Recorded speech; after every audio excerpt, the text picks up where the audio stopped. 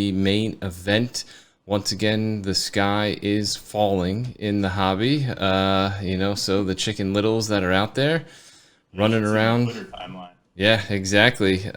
People running around, scared, panic selling. Obviously prices are down across the board on some things, but up on others. What's your take right now as far as what's going on in the hobby?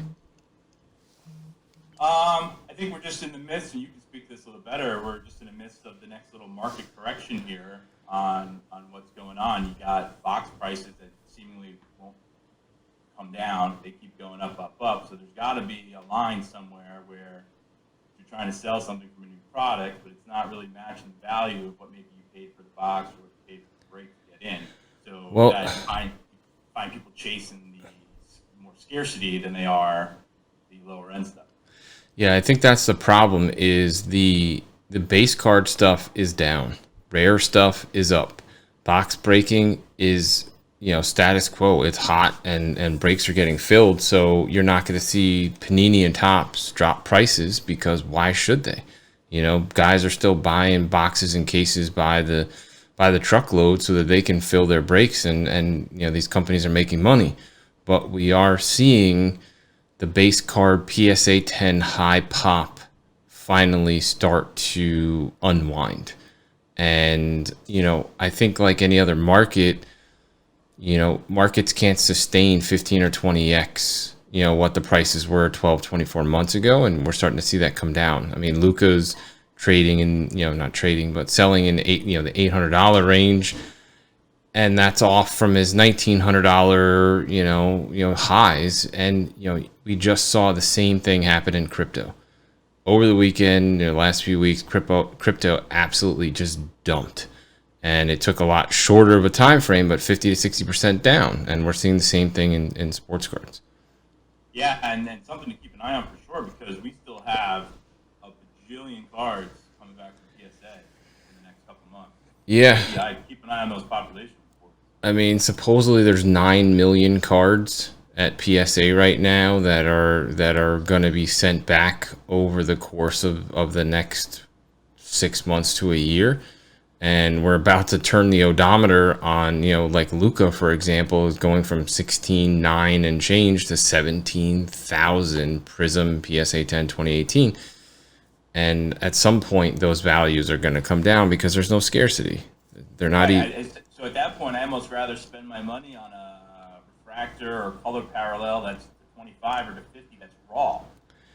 Yeah, and It that's. may hold more value than the base rookie card PSA 10. Yeah, I mean, and that's what we're seeing right now. The rarer cards, your numbered cards, your RPAs, your, just autos, any of those cards, you're seeing all-time highs. People are spending the money on those cards. We've seen all-time highs on Jordans. The Honus Wagner just sold for $3.6 million. There's people out there spending, but it seems like the mania of the hobby during COVID is over. And now cooler heads are prevailing, and we're seeing some actual, market corrections, and we're going to start to see new bottoms get set.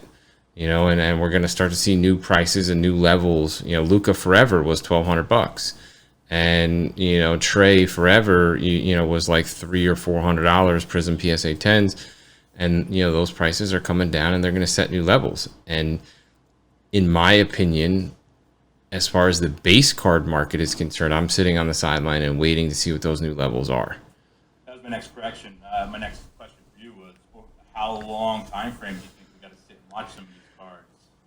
So I think you look at the charts, like, for example, card ladder, fantastic. We're not paid to say it. We both use card ladder all the time. They will give you an idea. Start looking at where things used to be selling for, because prices have a tendency to repeat. And, I believe with the Luca, the next range that, had consistent prices at that level was $500. So I'm going to sit and see if it's going to come. If you really think Luca is the truth and you want that card, I'm sitting and I'm waiting. I want to wait till the prices come down and set that new support level where I can feel comfortable buying in, that I'm not going to lose my ass over the next however long and pray that it goes back up. Right, and then again, to our point earlier, I'm keeping an eye on those population reports, especially as these cards are coming back from PSA 10, because even if it sets a new low next month, we're getting close to one. What's to say in 6 months it's not even lower because there's even more. Yeah, I mean, when are we going to see one of these cards hit the $20,000 pop? I mean, that's nuts. Because it's a base card. Yeah, it's a base card, but it's a base card that was printed well to the point where you have PSA 10s, like 20,000. You potentially could have 20,000 PSA 10s. And I mean, doesn't do anything for me. No, I mean, not at all, unless you're just a fan of the player and you want to get it graded and stick it in a shelf for however long. What are all these people doing that spend thousands on these PSA 10s a year ago?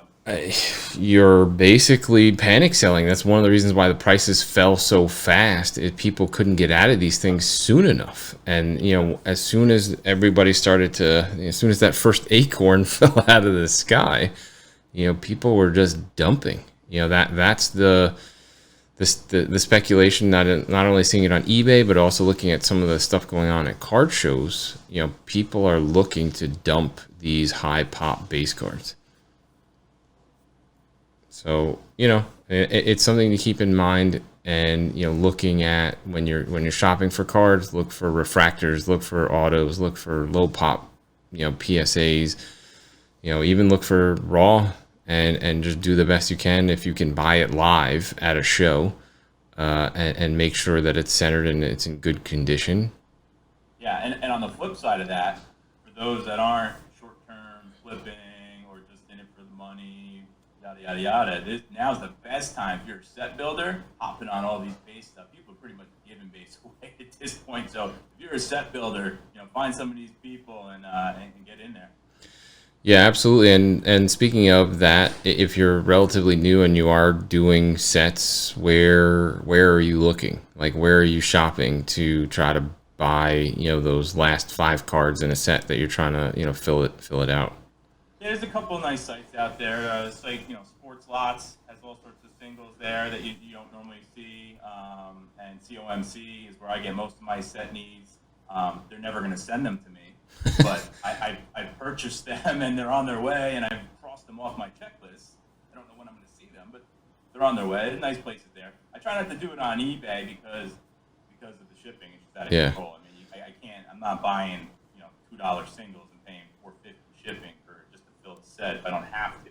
Yeah, absolutely. And between those two things, and I try to trade. I see someone that maybe opened the product, and I'll do the work. I'll reach out and say, hey, listen, this number or this parallel, do you have it? Yeah, absolutely. And we're going to talk about trading here in a little bit. There's some interesting stuff that emerged from the Dallas Card Show over the weekend about a trade that has Instagram and Twitter all abuzz as far as what it was. But we'll get into that in a little bit. So yeah, I mean, right